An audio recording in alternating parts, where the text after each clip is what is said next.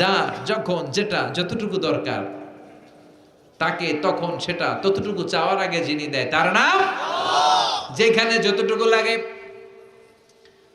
কুমড়া গাছ লাউ গাছের নিচে কেউ বিশ্রাম নেয়? বিশ্রাম নেয় কই? বট গাছের নিচে। সুবহানাল্লাহ কইবেন না? একজন লোক ছোটবেলা গল্প শুনেছি, বট গাছের নিচে শুয়ে শুয়ে আল্লাহর গালি দিচ্ছে। আল্লাহর কেমন বিবেক, ইয়া বড় বট গাছ আর বট ফলগুলা এত ছোট ছোট, আর লাউ গাছ আর কুমড়া গাছের ইয়েটা কি খুব মোটা না চিকন? চিকন হয়ে এরকম বেড়ে ওঠে লাউ গাছ। লাউ গাছরে দিল আল্লাহ এত চিকন করে, ফল দিছে এত মোটা, আর এত বিশাল বড় বট গাছ এটার ফল হলো এত ছোট। তো আল্লাহর গালি দিতে দিতে কোন সময় যে ঘুমাই গেছে নিজেও জানে না। হঠাৎ করে নাকের মধ্যে ছটাম করে বট ফল পড়ছে একটা, লাভ দিয়ে উঠছে, নাক দিয়ে রক্ত বের হওয়া শুরু হয়েছে। রক্ত মুছতে মুছতে মনে মনে ভাবে আসলেই তো আমি বড় একটা উল্লুকা পাঠা। আজকে এই বট গাছের মধ্যে যদি লাউয়ের মতো ফল দিত, কুমড়ার মতো ফল দিত, আমার নাকের উপরে ওই লাউ আর কুমড়া বললে আমি থাকতাম না, আমি বিদায় হয়ে যেতাম, অক্কা পেয়ে যেতাম, ঠিক কিনা?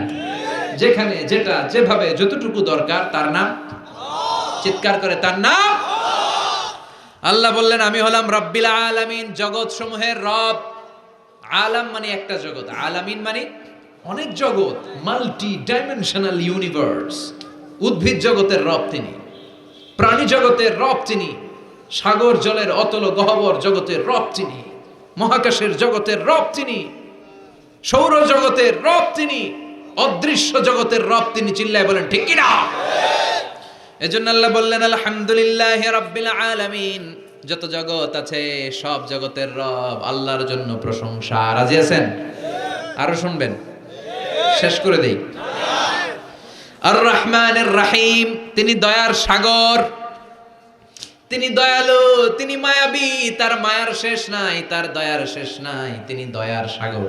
আল্লাহ তুমি দয়ার সাগর, রহমানুর রহিম, তোমার দয়াই পূর্ণ আমার সারা নিশিদিন। সুবহানাল্লাহ পড়েন। আল্লাহ বলেন রহমতি ওয়াসিআত কুল্লা শাই, সব জায়গায় আমার রহমত বিস্তৃত, এমন কোন জায়গা নাই যেই জায়গায় আমি আল্লাহর রহমত নাই। আল্লাহর রহমত ছাড়া পৃথিবীতে কিছু হয় নাকি? এই যে আজকে বসে আছি ওয়াজ শুনতেছি, কার রহমতে? কার দয়ায়? আল্লাহ বললেন এই রহমত দয়ার ভালোবাসারে আমি সৃষ্টি করার পরে 100 টুকরা করলাম। কয় টুকরা? 100 টুকরা করার পরে নিজের মধ্যে আমি 99 টুকরা দয়ার ভালোবাসা রেখে দিলাম। এক টুকরা দয়া মায়া পৃথিবীর সবার মাঝে ঢেলে দিলাম। সাইয়েদনা আদম থেকে শুরু করে up to the day of judgement, কিয়ামত পর্যন্ত সবার মাঝে আল্লাহ রহমতের এক টুকরা দিছে, ছিটে ফোঁটা। হুজুর পাইছে একটু, আমি পাইছি একটু, উনি পাইছে, উনি সবাই মিলে আমরা এক ফোঁটা ভাগে যোগে পাইছি দয়ার ভালোবাসা। সবাই মিলে এক ভাগ ভালোবাসার, আর 99 ভাগ ভালোবাসা কার? ওনার ভালোবাসা বেশি না কম? এক ভাগ ভালোবাসা আমরা পেয়ে পৃথিবীতে ভালোবাসার গানের শেষ নাই, ভালোবাসার মুভির শেষ নাই, ভালোবাসার উপন্যাসের শেষ নাই। আবার আইয়ুব বাচ্চু বলছে সব ভালো তুই একা বাসিস নে, একটু ভালোবাসিতে দিস মোরে। আছে না নাই? কত ভালোবাসা, চিন্তা করছেন? এক ভাগ ভালোবাসা আমরা পেয়ে কত ভালোবাসার গান, নাটক, সিনেমা। তো এক ভাগ ভালোবাসার ঠেলা যদি এমন হয় যার মধ্যে তিনি 99 টুকরা ভালোবাসা রেখে দিয়েছেন, তার ভালোবাসাটা কত? এক টুকরা ভালোবাসার নমুনা হিসেবে আমরা দেখি ছেলের জন্য বাবা জীবন দেয়, আছে না নাই?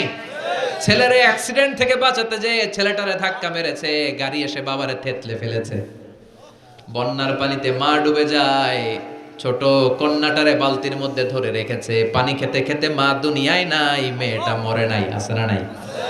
এক টুকরা ভালোবাসার ছিটে ফোঁটা তুমি পেয়েছো। তার নমুনা যদি এমন হয়, 99 টুকরা ভালোবাসা নিয়ে যিনি আরশের উপরে আছে, তার দয়া কত? Do you feel that? Do you imagine that? আপনি কি এটা ফিল করেন? আপনাকে ফিল করতে হবে। এজন্য আল্লাহ বলে গোলাম 24/7, 24 ঘন্টা আমার দরজা খোলা। কত পাপ করেছিস, কত অন্যায় করেছিস, কত পর্নোগ্রাফি দেখেছিস, কত হিন্দি সিনেমা দেখেছিস, কত অশ্লীল মেয়েদের নাচ দেখেছিস, রাত্রিবেলা নেকেড ভিডিও দেখেছিস, কত অন্যায় করেছিস, আজও আমার দরজা তোর জন্য খোলা আছে না নাই?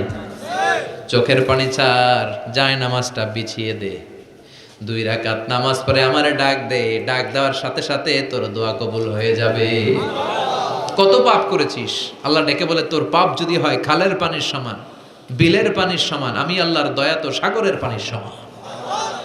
তোর পাপ যদি হয় পাহাড়ের সমান, জেনে রাখ আমি আল্লাহর দয়া আকাশের সমান। ভরসা লাগে আল্লাহর উপর, ভরসা লাগে না? মনে রাখবেন এখানে আমরা সবাই পাপী। আমরা কি? কুল্লুকুম খাত্তাউন খায়রুল খাত্তাইন আত-তাওয়াবুন। সবাই পাপী, কিন্তু সবচেয়ে ভালো পাপী ওই পাপী যেই পাপী পাপ করার পরেই তওবা করে। তওবা করতে রাজি আছেন তো? যত পাপ আপনার হোক টেনশন নাই, আমাদের ভরসা একজনের উপর, চিল্লায় বলেন তিনি কে?